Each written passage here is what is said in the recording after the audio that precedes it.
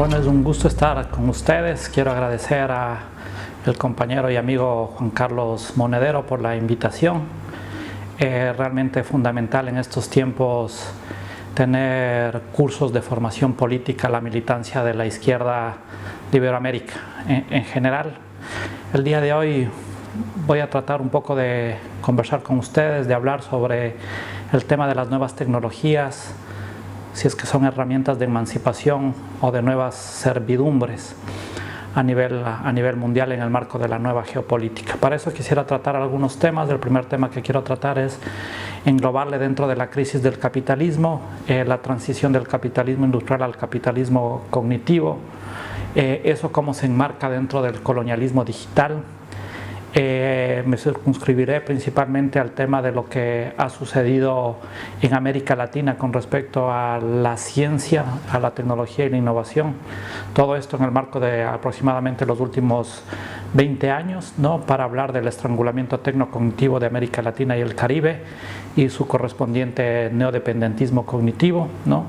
Para finalmente hablar sobre la necesidad de construir un nuevo sistema del conocimiento, un cambio en la matriz cognitiva, ¿no? Y qué implicaría esto, ¿no? Un tema fundamental que voy a tratar es el tema de la apropiación de la vida y el tema de la verdad, ¿no? Empecemos por el primer tema, ¿no? En términos generales, en el marco, el contexto que vive el mundo es una crisis del capitalismo, ¿no? Esto se ha demostrado a través de varios estudios en donde se ve claramente a lo largo de las últimas décadas una caída de la tasa de ganancia, lo que se denomina la tasa decreciente de ganancia, ¿no? Lo ha dicho Roberts o Maito, lo han demostrado esta tasa decreciente de ganancia, ¿no? Existe más dificultades de generar procesos de acumulación y en ese sentido de ganancia. Y en ese marco lo que se vive a nivel mundial es el retorno de lo que fue, podríamos decir, la primera etapa del capitalismo, en donde se basó en un capitalismo de transferencia de ganancias, ¿no? Basado principalmente en el tema de una práctica del rentismo a través de los recursos naturales y a través de las prácticas de la esclavitud. Y en un segundo momento vinculado sobre todo al tema del capitalismo más industrial, que es el capitalismo más genuino, ¿no? El capitalismo que basa sus ganancias realmente en el trabajo, ¿no? Y podríamos decir que estamos en un tercer momento que tiene que ver con el retorno de esas ganancias por transferencia a través de un nuevo rentismo, y este rentismo está ligado completamente al tema de los saberes, el conocimiento, la innovación, el diseño, lo inmaterial, ¿no? A transferencias de esta inmaterialidad, ¿no? Entonces, esto configura lo que a muchos han llamado el capitalismo cognitivo o el capitalismo del selfie. Permítanme hablar un poco sobre este nuevo capitalismo y esta transición, ¿no? Que está viviendo ahorita mismo el capitalismo. Existe un proceso de crisis de la acumulación, crisis de la ganancia, llamémoslo así, y frente a eso la salida son nuevas prácticas rentistas ligadas a estas nuevas tecnologías. Quizás empezar con un Twitter que me llegó justamente un 1 de mayo, el Día del Trabajador, y decía: le recordamos a los usuarios que en este momento estamos todos trabajando para Twitter. Feliz Día del Trabajador globalizado, ¿no? Esto que parece broma, ¿no? Claramente nos sintetiza algo que está pasando en el mundo, ¿no? En donde ya no únicamente la ganancia o el plusvalor se realiza en el trabajo, se genera en el trabajo, sino está a lo largo de todo el proceso de la vida. En este caso, no solo Twitter es una de las plataformas tecnológicas que permite este tipo de acumulación de la ganancia, pero existen muchas tecnologías que lo que buscan justamente es el colonizar el dato, ¿no? Y quizás permítanme un tema en ese sentido. Además de este capitalismo digital, que es el que digo que se está viviendo esta transición, se da este colonialismo digital, ¿no? El colonialismo digital tiene muchas prácticas del primer colonialismo. Acordémonos que para producir esa renta se necesitaban grandes extensiones de tierra y por eso se colonizaban países, continentes, ¿no? Ahora se crea una espacialidad, y esa espacialidad es del ámbito digital, que se la crea desde una perspectiva discursiva exclusiva, barata, ¿no? O inclusive gratuita, entre comillas, ¿no?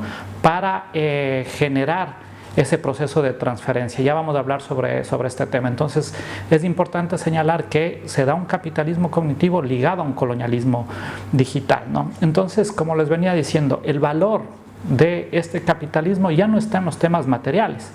Quizás aquí recordando a Bercellone, que nos señala que mientras de 1975 el valor de las 500 empresas más importantes a nivel mundial estaba ligado a los activos materiales, alrededor del 83%, ahora alrededor del 2015-2016, el valor de las 500 empresas más importantes, más grandes, cotizadas en el mercado de valores, lo más importante, el 85%, está en los activos inmateriales. Una vez más, en el conocimiento, en la innovación, en la tecnología, en el diseño, ¿no? Claramente se da un paso de lo material hacia lo inmaterial. Asimismo podemos poner el ejemplo de aquello que fue el símbolo del capitalismo industrial, como fue Ford o General Motors, que sin lugar a duda tenían el valor más alto en las bolsas de valores durante casi 100 años, ¿no?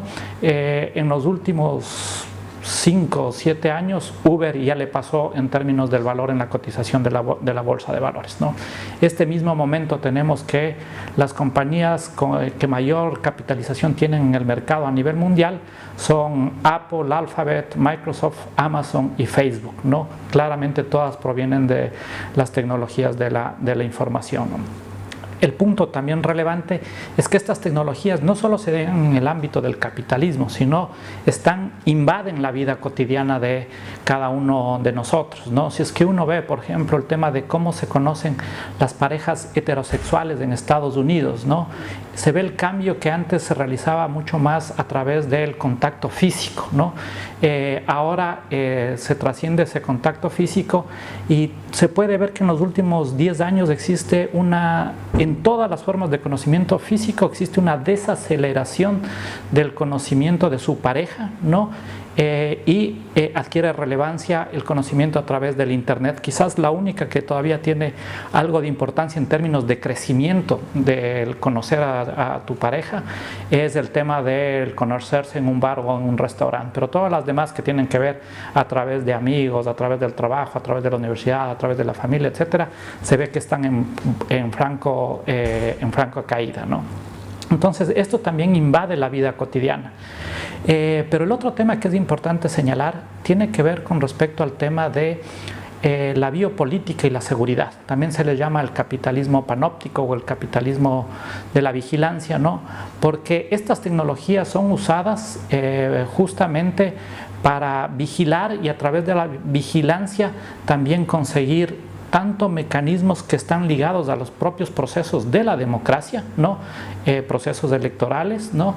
Procesos de regulación de los cuerpos, pero también al propio proceso de acumulación, ¿no? Recordemos esa famosa frase que señalaba justamente Julian Assange: el cráneo conectado a los auriculares conectados al iPhone, el iPhone conectado al Internet, conectado al Google y conectado a los gobiernos, ¿no? Entonces las plataformas pasan a ser justamente no únicamente el mecanismo de la transferencia rentista de las ganancias, sino también a su vez pasan a ser un mecanismo de una nueva biopolítica a nivel internacional. Aquí hay que destrozar el mito completamente de lo que señalaban los optimistas en términos tecnológicos, que decían que con la cuarta revolución industrial o la revolución de la era del conocimiento de la información se iba a producir un proceso de desmaterialización, es decir, íbamos a ser más amigables con la ecología, ¿no? Las investigaciones claramente demuestran que la variación el crecimiento de los nuevos materiales ligados a los recursos naturales, ¿no? La explotación crece a mayor velocidad, que los propios crecimientos de la economía, ¿no? Por ejemplo, el litio crece a un 86% y la economía creció a un 52% a nivel mundial, ¿no? O el tántalo creció a un 76% o el niobio creció a un 76%. Es decir, crecen a mucha mayor velocidad de lo que crece la economía. No se está dando este proceso de desmaterialización para llevar a una sociedad mucho más ecológica, porque las tecnologías requieren de estos recursos minerales. El otro tema importante que tiene que ver es la relación conocimiento-medio ambiente, ¿no? Y aquí también se da otro tipo de economía política, ¿no? En el marco justamente de esta perspectiva de que se dé ese proceso de transferencia, ¿no? Se crea el dato como equivalente a los recursos naturales, póngase petróleo, se crea un discurso como se creó del petróleo, que los recursos naturales, dado que están ahí, no tienen valor y tienen que tener un valor bajo, ¿no? En este caso prácticamente gratuito, como es el dato, como lo señala Google, que supuestamente no hay valor, ¿no? En lo que Google nos da, no hay ningún precio, ¿no? Como se suele decir irónicamente, cuando no existe precio en un producto, el producto eres tú, ¿no? Y eso es justamente lo que está pasando en esta economía, ¿no? En la economía del capitalismo digital. Y los procesos de regulación que se generan sí, completamente sofisticados con respecto al tema de la propiedad intelectual, ¿no? Porque esa propiedad intelectual, generalmente esas tecnologías y esos conocimientos se generan en los centros, en el norte, ¿no? Pero todo lo que tenga que ver con esa información, que es el recurso ahora de este nuevo capitalismo digital, tiene que ser prácticamente gratuito. Y lo mismo sucede con los recursos naturales o con la biodiversidad y la información de esa biodiversidad, ¿no? No es fortuito que en la OMP y en las reuniones intergubernamentales de recursos genéticos, los países en contra de una regulación internacional que prevenga la apropiación indebida y se ejerza la obligatoriedad de develar el origen de esos recursos genéticos, los que se oponen son, por ejemplo, Estados Unidos, Japón, Unión Europea. El otro punto adicional tiene que ver con la relación biodiversidad-conocimiento. Claramente aquí existe también otra disputa a nivel de la nueva geopolítica, ¿no? El conocimiento los tienen los países del norte o los países centrales, ¿no? La biodiversidad está en el sur, ¿no? El conocimiento cada vez más se sofistica en términos de la regulación a través de la propiedad intelectual. Solo veamos, por ejemplo, la propiedad intelectual o el Tratado de Libre Comercio firmado por México, Canadá y Estados Unidos, ¿no? En tanto que se trata de desregular o que no exista normativa con respecto a esa apropiación de la información que vienen de los recursos genéticos o de la biodiversidad, lo que se denomina biopiratería, ¿no? No es fortuito, como señalaba, que en las reuniones de la OMPI, ¿no? Los países en contra de una regulación internacional que prevenga la apropiación indebida de estos recursos genéticos y que permita la obligatoriedad de la develación de origen sean los países del norte, como Estados Unidos, Japón, la Unión Europea, Reino Unido, ¿no? ¿Por qué? Porque ahí existe mucha riqueza, ¿no? En esa información de esa biodiversidad. Pero ¿dónde se procesa esa información? En los grandes centros, ¿no? en el norte, y luego se realiza un proceso justamente de neodependentismo, llamémoslo así, en función de esa tecnología que se venden en el marco de esta información que sale, lo que se denomina generalmente biopiratería, ¿no? En este marco, un tema fundamental, quizás como dos primeros puntos que quisiera señalar, es el tema de el mundo vive una crisis del capitalismo, de la acumulación. Existe una tasa decreciente de ganancia de ese capitalismo, ¿no? Cada vez se hace más difícil generar esa ganancia. Frente a eso, una de las salidas que se da es justamente buscar nuevas formas ligadas o parecidas, bajo otros términos, al primer capitalismo a través de una transferencia de esa ganancia, en este caso principalmente a través de nuevas prácticas extractivistas, ¿no? Estas prácticas, dicho de otra forma, lo que acabo de señalar, extractivistas, están ligadas a el tema de la minería de datos, toda la información que se tiene a través de las tecnologías de información, que además es necesario sumarlas las nuevas formas de Internet, como el Internet de las cosas o el Internet logístico, que cada vez son mucho más dentro de nuestras economías, dentro de nuestra sociedad. Se da a través de la apropiación de la biopiratería, ¿no? Se da a través de la apropiación del conocimiento y de la investigación del norte, del sur, ¿no?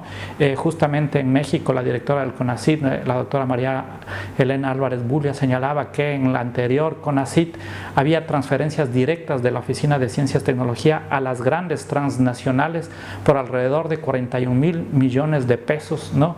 Que realmente demuestra cómo desde el Estado se subsidia ni siquiera al privado nacional, sino al privado a nivel internacional. Y un tema que no es menor, porque te genera una nueva división internacional del trabajo, es la relación en la migración, de la migración calificada de la no calificada, ¿no? La calificada, existe lo que se denomina literalmente robo de cerebros, ¿no?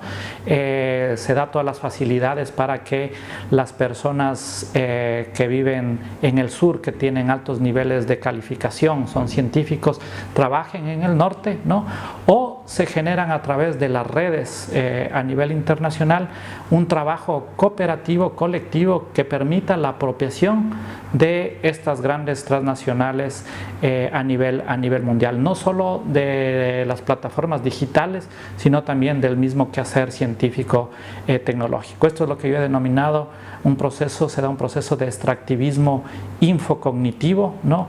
Dentro de esta nueva economía. Entonces, el valor social es un valor social inmaterial, ya no solo es del plusvalor en el trabajo, existe una nueva acumulación originaria, podríamos decir, a través del dato y la información. La coordinación y el intercambio ya no solo se hace en el mercado, sino se hace también a través de estas nuevas plataformas digitales, ¿no? Frente a la competencia adquiere relevancia las redes de cooperación, ¿no? Que paradójicamente son cooperaciones muchas veces que es extractivismo puro, porque existe una conexión que es apropiada prácticamente totalmente por grandes transnacionales, ¿no? Sin ningún pago que le remunere. Por eso el tema del concepto de gratuidad también es necesario redefinirle. Se genera un capitalismo panóptico como parte de la estrategia de acumulación, y dentro de este capitalismo del selfie, el modo de producción de bienes de las masas pasa a ser, no es para las masas, no es un mercado de prosumidores, como se suele señalar Rifkin, ¿no? Entonces, claramente estamos viviendo esta transición, ¿no? Del capitalismo industrial al capitalismo cognitivo en el marco de una crisis de acumulación que se da en estos mismos momentos. Bueno, en ese marco lo que tenemos que ver es qué ha hecho la región, sobre todo el sur, América Latina, y qué ha pasado a nivel mundial. Bueno, un primer punto que es necesario señalar es que a nivel mundial, si es que uno estudia los últimos 20 años del comercio, se da cuenta que existen dos grandes perdedores en el mundo, ¿no? El primero es Europa, luego Estados Unidos, en el comercio de alta tecnología y mediana tecnología, llamémoslo así, ¿no? Y América Latina está constante, en tanto que los que realmente ven mejorar su participación en el comercio mundial de productos de tecnología con mayor valor es Asia, ¿no? Esta es la nueva geopolítica, es decir, vivimos una decadencia de Europa y Estados Unidos, ¿no? Con respecto a las tecnologías, en tanto que América Latina permanece completamente inmóvil sus exportaciones. Pero esto que sucede en América Latina con respecto a las exportaciones es un fenómeno que sucede en general en América Latina con respecto a su estructura productiva. Yo lo suelo llamar el electrocardiograma de la muerte de la estructura productiva de América Latina. ¿Por qué? Porque es completamente horizontal su estructura: primario exportadora, secundario importadora de tecnología y terciario importadora de conocimiento, ¿no? Donde en el marco de esta transición del capitalismo industrial al capitalismo cognitivo adquiere más importancia o más relevancia ya no únicamente el ser primario exportador, sino sobre todo seguir teniendo una estructura productiva completamente sin aportar valor a través de su tecnología y a través de la generación de conocimiento, ¿no? Entonces existe un problema completamente estructural dentro de América Latina de mantener inmóvil su matriz productiva, en tanto que sus importaciones tecnológicas van en constante aumento. Esto lo que genera es un neodependentismo cognitivo, un neodependentismo de la mente factura, ¿no? Lo que se está ocasionando ahora, siguiendo la línea de la cepalina, es un estrangulamiento no del comercio, del sector externo, no exclusivamente, sino uno mucho más importante, más sutil y que genera mayor dependencia, que es el estructuralismo, que es el estrangulamiento cognitivo, ¿no? Infocognitivo de América Latina, porque inclusive, por ejemplo, si es que existe un boom de commodities, a América Latina le va a ir bien, pero sin embargo, en términos de el conocimiento y la tecnología, se irán acentuando dadas las velocidades de cambio que están habiendo en América Latina. Esto es importante señalar porque inclusive América Latina tuvo un repunte, una apuesta hacia la ciencia y la tecnología en los gobiernos progresistas, ¿no?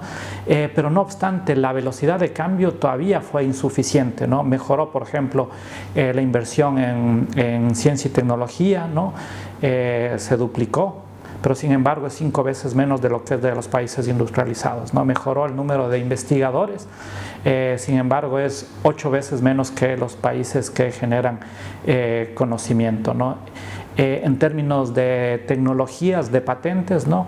Se mantuvo completamente constante, en tanto que países en vías de desarrollo han visto crecer sistemáticamente la producción de innovación tecnológica, ¿no?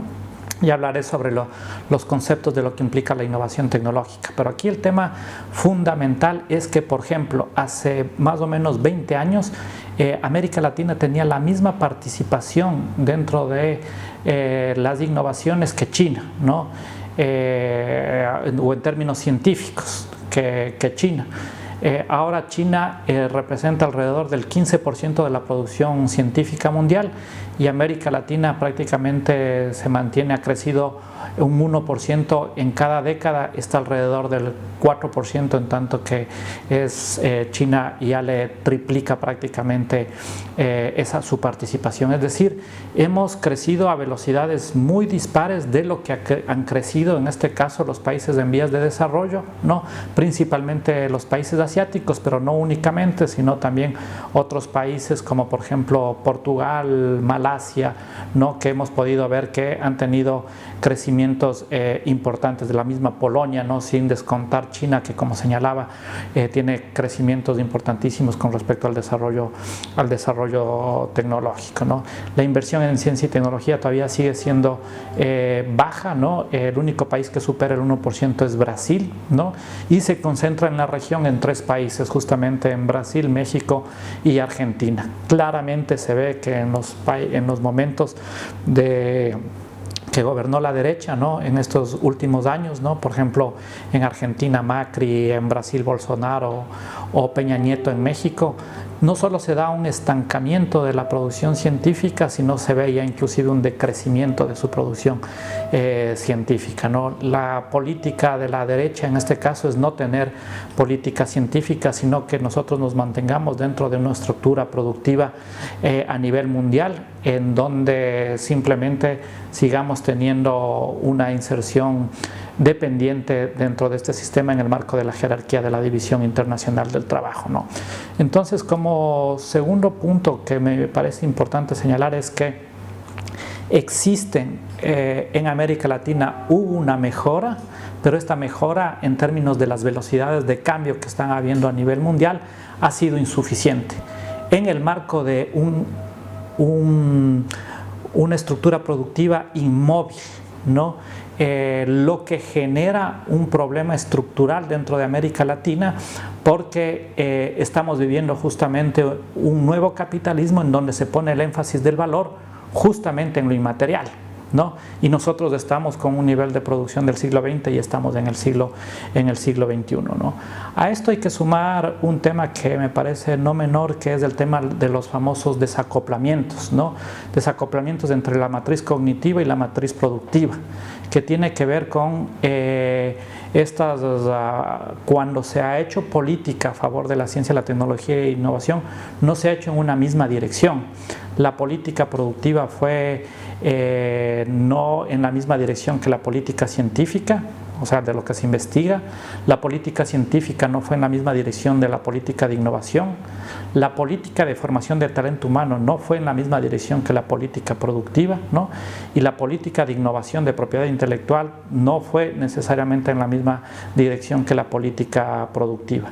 En el marco de que no se consolidó una integración regional que permita generar economías de escala con respecto a la producción científico-tecnológica a nivel regional, ¿no? Esto genera estos desacoplamientos, ¿no?, entre una cultura rentista primaria exportadora, secundaria importadora de tecnología y terciaria importadora de conocimiento, ¿no?, con un sistema cognitivo científico que realmente no logra despuntar, genera este estrangulamiento tecnocognitivo en la región en el marco de esta transición del capitalismo industrial al capitalismo cognitivo. Entonces hay un problema completamente estructural dentro de esto. Ahora bien, un tema fundamental que me parece es articular el tema de estas tecnologías al tema del tiempo, ¿no? Y voy a mencionar un tema muy simple de entender, ¿no?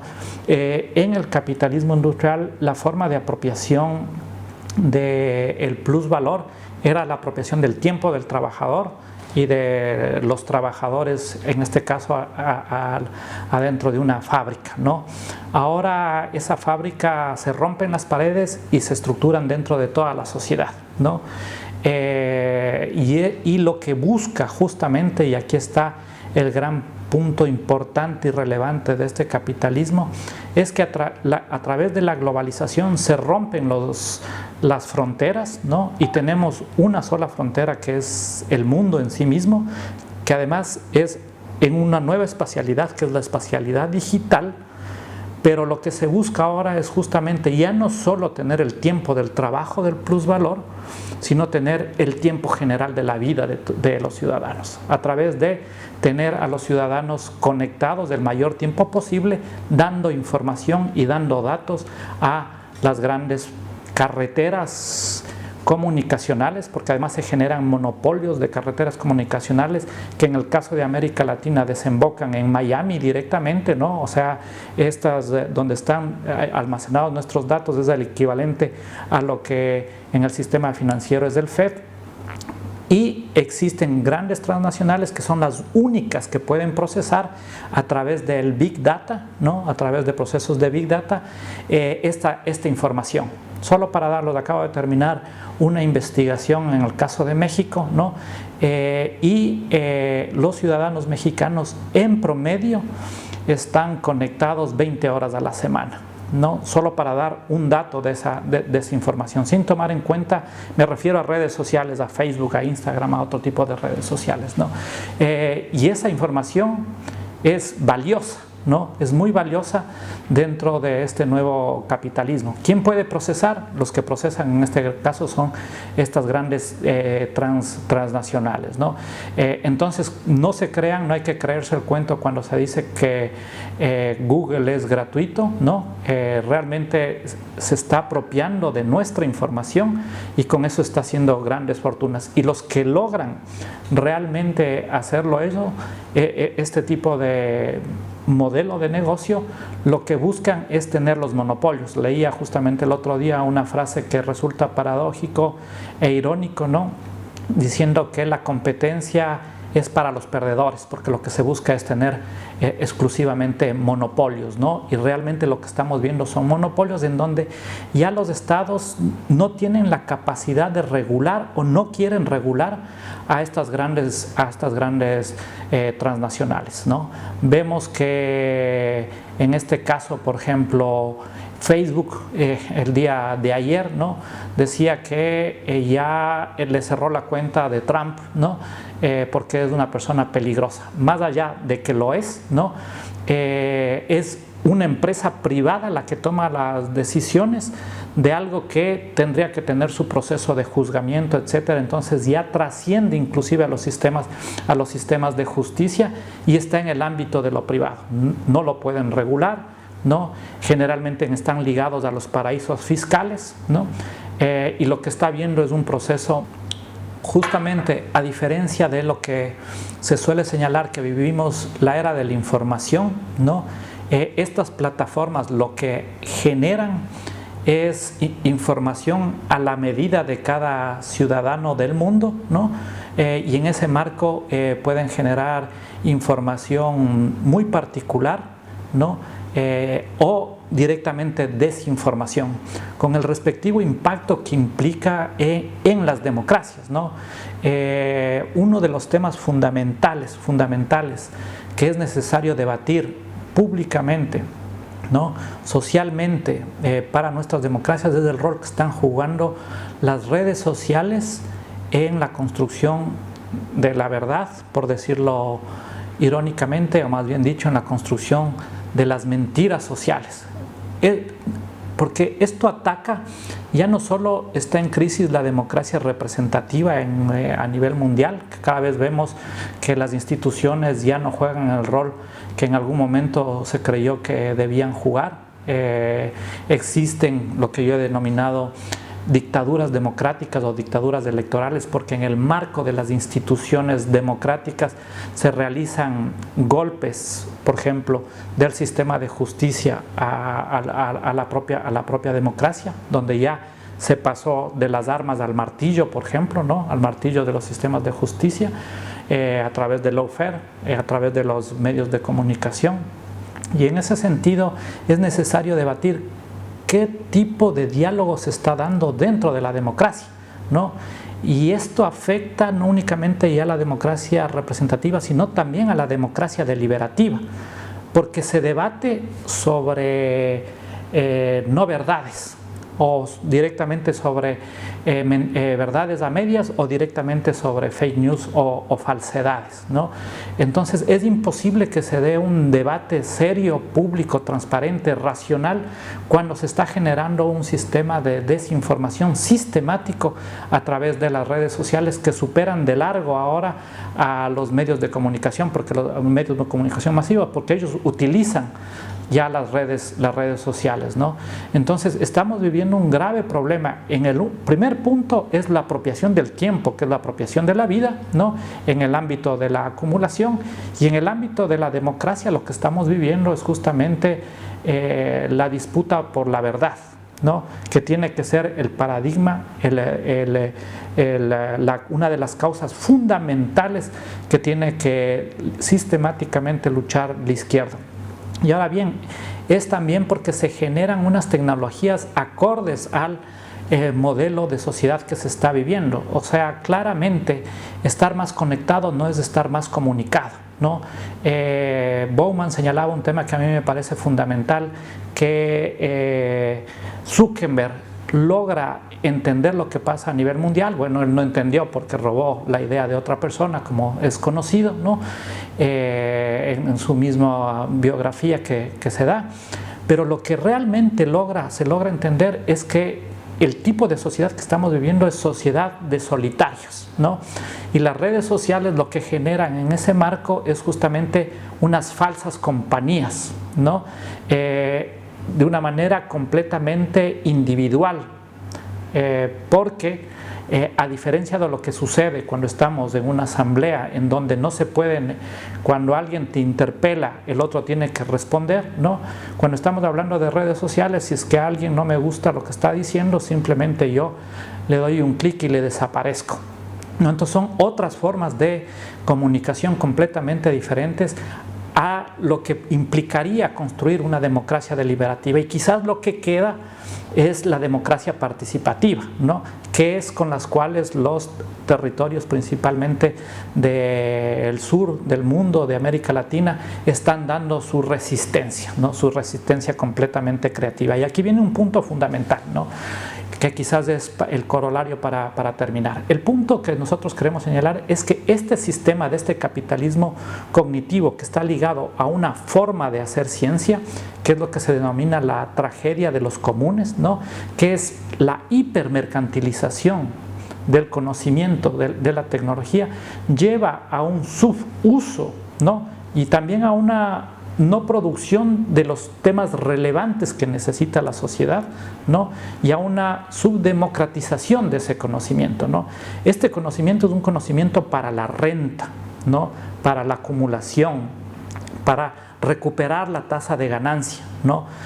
No generando necesariamente valor, sino extrayendo valor y buscando a través de estos procesos de los algoritmos, buscar la relación de ese tiempo, porque no solo te interesa el tiempo que tú dedicas a las plataformas y esa información, sino cómo se relaciona ese tiempo en lo que tú estás interactuando, en este caso con las plataformas digitales, para a través del algoritmo poder vender realmente qué le interesa a cada una de las personas en los diferentes ámbitos comerciales o, por ejemplo, políticos o sociales, ¿no? Entonces, aquí resulta completamente fundamental entender que lo que tenemos que buscar son nuevos paradigmas cognitivos, ¿no? Desde el sur global, desde América Latina y el Caribe, desde los países del sur de Europa, ¿no? Existen como tres vías, ¿no? Principalmente desde América Latina existen como tres vías. La una es seguir como estamos, lo que implica profundizar la dependencia. La otra es tener un tipo de inserción al estilo Corea del Sur, ¿no? Que se logra insertar dentro de este capitalismo cognitivo, pero dentro de esta lógica de alienación individual y social, ¿no? O una tercera vía que sería sí cerrando las brechas cognitivas y tecnológicas que necesitamos cerrar, porque necesitamos más investigación científica, más investigadores, necesitamos mayor inversión en conocimiento, en universidades, etcétera, ¿no? Pero generar un cambio en la matriz cognitiva, que es la matriz científica, ¿no? Es decir, pasar justamente a la construcción de otra ciencia para otra sociedad, ¿no? Un conocimiento y una educación no para la renta, ¿no? Sino justamente para la vida, para la humanidad, para la sostenibilidad, para la democracia, ¿no?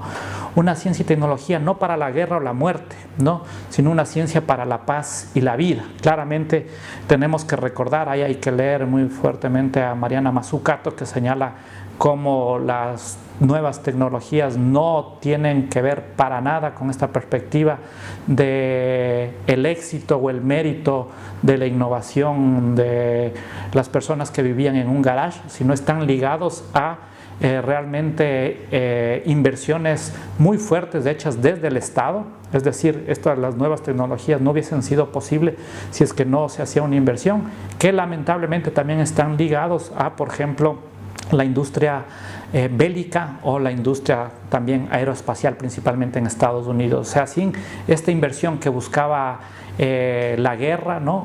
Que buscaba en general el ejército, no hubiese sido posible, por ejemplo, tener un iPhone, ¿no? Eso claramente es necesario entender. Entonces necesitamos una ciencia, en este caso, para la vida, ¿no? También se necesita justamente en ese sentido una ciencia para la recuperación del medio ambiente, y se necesita también una ciencia que permita un diálogo epistémico, ¿no? En donde exista equidad e igualdad epistémica entre diferentes conocimientos, ¿no?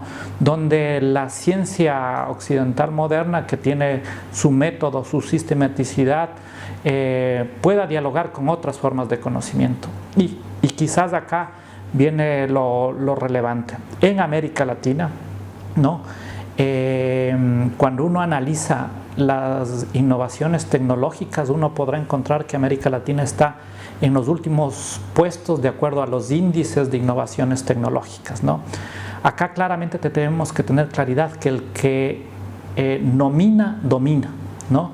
Y cómo se han definido los temas importantes, ¿no? Te terminan diciendo y describiendo qué tipo de sociedad tienes. Pero el punto también es disputar esas nominaciones.